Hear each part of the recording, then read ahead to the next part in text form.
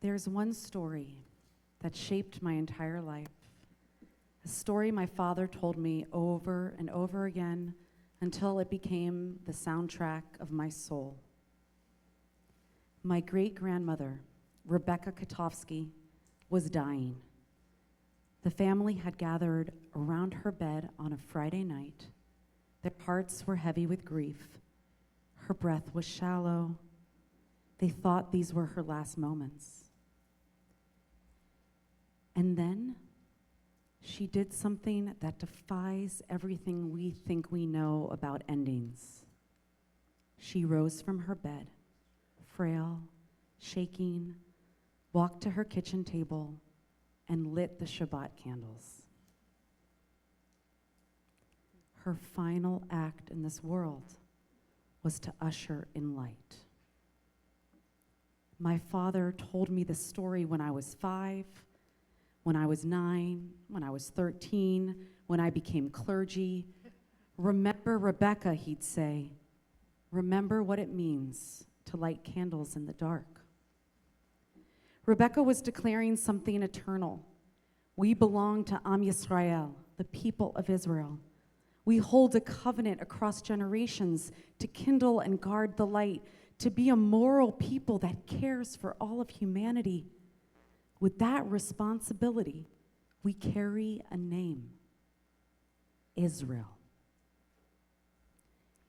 In Torah, that name is born through wrestling. Jacob is alone at night, afraid to face his brother.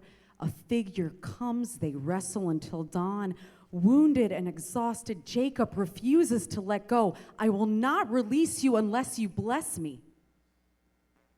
He receives a new name, Yisrael, for you have wrestled with God and prevailed.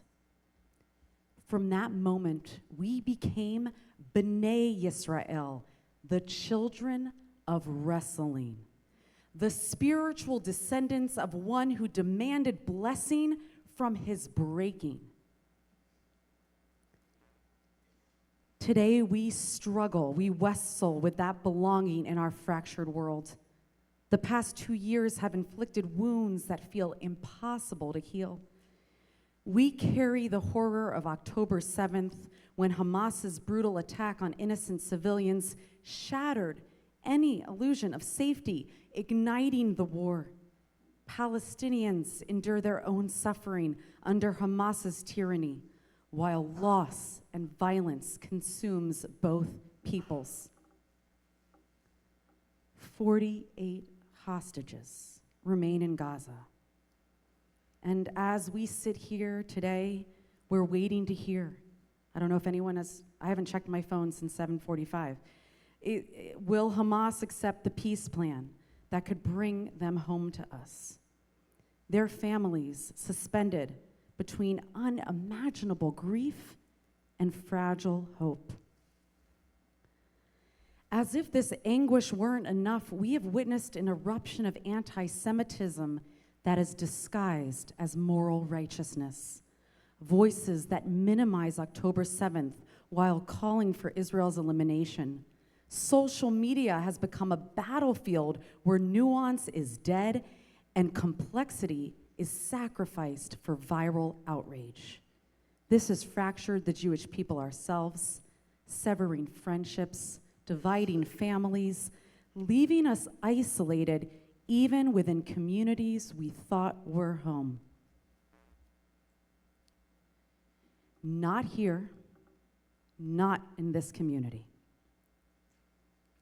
Here at Brith Achim, we can speak about Israel with the sophistication this moment demands. I can criticize Netanyahu's government without rejecting Israel's right to exist, just as I can oppose American policies without becoming anti-American. I can feel genuine compassion for Palestinian suffering while affirming Israel's necessity for Jewish survival. Jews are encouraged to wrestle. Open a page of Talmud, and you'll find the rabbis, separated by centuries, arguing with each other, preserving both the majority opinion and the dissent because we understand that on the deepest questions, there is no single truth, only the sacred obligation to wrestle. I was in Israel during the summer of 2024. I witnessed firsthand how angry many Israelis were with the government's failures. But there's a crucial distinction. They don't call themselves colonizers.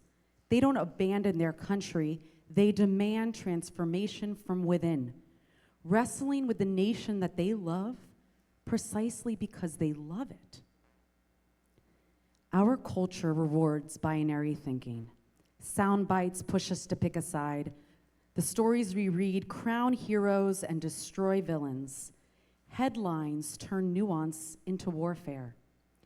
Our collective responsibility at TBA is to offer a third path, to bring people together despite their differences and to be a source of comfort rather than division. As I was writing the sermon, I reached out to a lot of people across the political spectrum. A clergy colleague reminded me that Netanyahu retains support I don't always see in my small circles. A congregant who regularly defends Israel in non-Jewish spaces told me that hearing Hatikva right now feels painful. What struck me most, both of them believe that Israel should exist. Both believe that Israel has a right to defend itself. They're not on opposite sides. They're wrestling with the same impossible reality from different angles. That is my role as your spiritual leader, to help us see what we share. However, not everyone claiming to wrestle with Israel is doing so in good faith. Why do campus activists camp out for Gaza, but never for Uyghurs in Chinese concentration camps, Yazidi women enslaved by ISIS, or for the millions suffering in North Korea? Despite hundreds of millions persecuted worldwide, the war in Gaza alone captivates sustained moral outrage. I have watched colleagues march for every cause except for when Jews are targeted. Ancient hatred has learned to speak in contemporary moral language. Our covenant demands we defend human dignity, including our own. Together, we will carry this ancient name through a catastrophic moment in Jewish history. The wrestling we've engaged in today is just the beginning. In the coming months, we'll host conversations where we can explore these complexities with the depth that they deserve. We are frightened. We are grieving. Yet there is a Hebrew word right now that I hold close in my heart. It's the word mashber. In Hebrew, mashber means crisis. In biblical Hebrew, mashber is a birthing stool. Crisis can be labor. That pain is authentic. But so is the new life that can emerge when we go through the pain, when we're in labor. As a people of hope, we move towards the light. At the end of his wrestling, our patriarch Jacob makes a demand. I will not let you go until you bless me. This same demand echoes today in voices like Sarit Zussman, whose son Ben was killed in Gaza, fighting for the return of our hostages. At his funeral, she declared, our story will have a good ending. Like Jacob, she refuses to let this wrestling end without blessing. Let us reclaim our spiritual DNA through prayer and hope. I sing Hatikva, the hope, as sacred practice and prayer. For 2,000 years, our people held on to hope to be a free people in our land. just like Rebecca rising from her deathbed to light candles. Hope is a ritual we perform to kindle light even when the darkness feels overwhelming. I want to invite you into a moment of sacred silence. As we pray, a peace plan to end the war awaits Hamas's response, one that could bring all the hostages home. We pray for the release of every hostage, for leaders to choose peace, and for healing for Palestinians and Israelis consumed by this war. That good ending Sarit spoke of may finally be within reach. Let us take a moment now for silent meditation.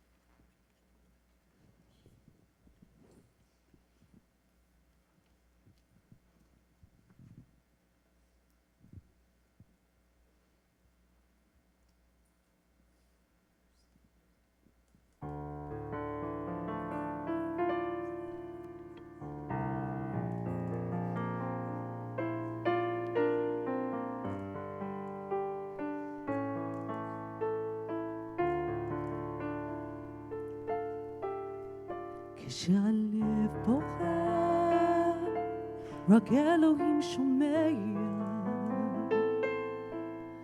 הכאב עולה מתוך הנשמה, אדם נופל לפני שהוא שוקע, בתפילה קטנה חותך הדממה, שמע ישראל אלוהי, אתה כה יכול. נתתי את חיי, נתת לי הכל. בעינת מה הלב בוטח בשקט, וכשהלב שותק, הנשמה זועקת. שמע ישראל אלוהי, עכשיו אני לבד. חזק אותי אלוהי, הסדר שלא אבחר. הכאב גדול ואין לי לאן לברוח, עשה שיגמר, כי לא נותר בי כוח.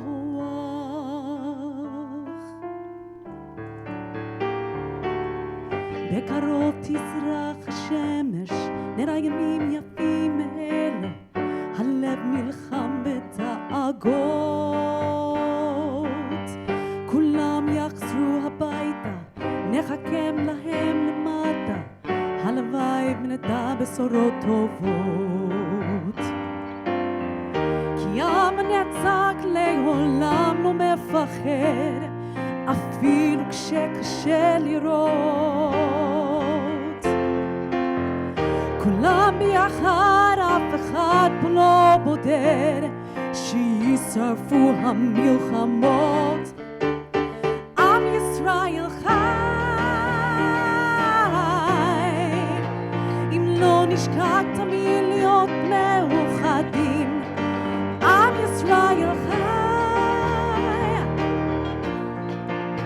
בעליות בירידות, גם בשעות הכי קשות. הקדוש ברוך הוא שומר עלינו, אז מי יכול עלינו?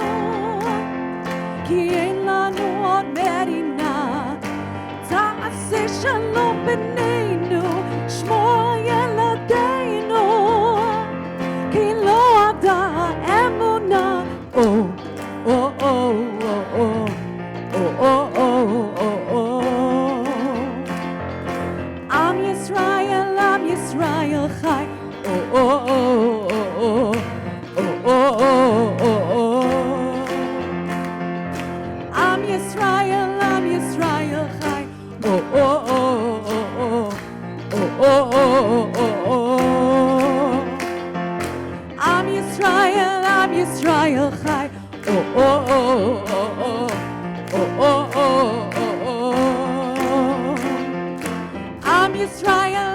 Yisrael chai.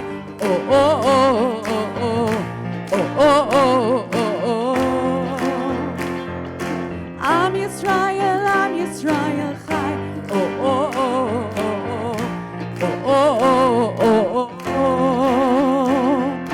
Yam Yisrael, Am Yisrael chai. The light Rebecca kindled still burns. We are her descendants, wrestling in the darkness until dawn, refusing to let go until blessing comes. Let's not let go. Let's keep blessing because we are Israel. Can you hear that song?